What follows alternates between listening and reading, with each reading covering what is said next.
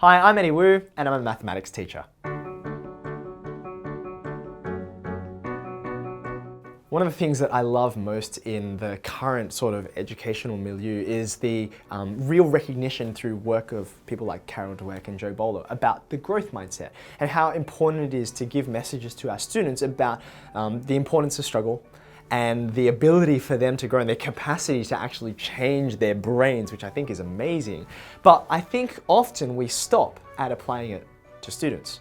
And we don't realize we also need to apply it to ourselves as teachers. And that's all professional learning is the application of a growth mindset to us as educators. And I think it's really important that, as a leader of, 20 mathematics teachers in my school, they all come from very different backgrounds, and I want them to be able to, wherever they are coming from, to grow. And I think it's also important to not think about this in linear terms, like some people are at 30% and some people are at 75%, and I just want to move them forward, even though I do want to move them forward. I think people need to be moving outward. I think actually growth is the perfect metaphor because, you have a look at different plants, different trees, and they're all going to grow in different ways. Some vines are amazing at spreading out over this huge different space of it. Some trees just go straight up and are just amazing. The redwoods in these forests that are hundreds of years old.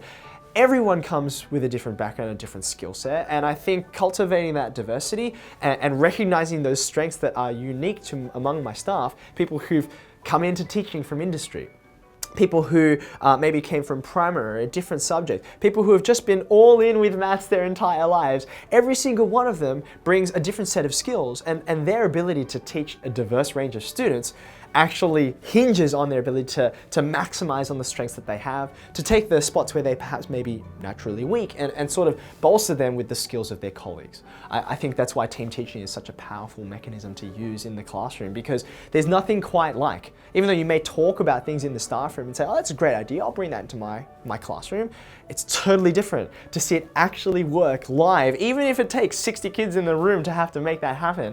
I love seeing the way other teachers just speak and interact with kids and the questions that they ask. Things like that, there's no substitute to watching it live and to even be able to interact with it. So I think those kinds of strategies for helping our teachers have those conversations about improvement, but also see how it can happen and see how they can grow in a variety of ways in the classroom, I think that's our responsibility as mathematics leaders.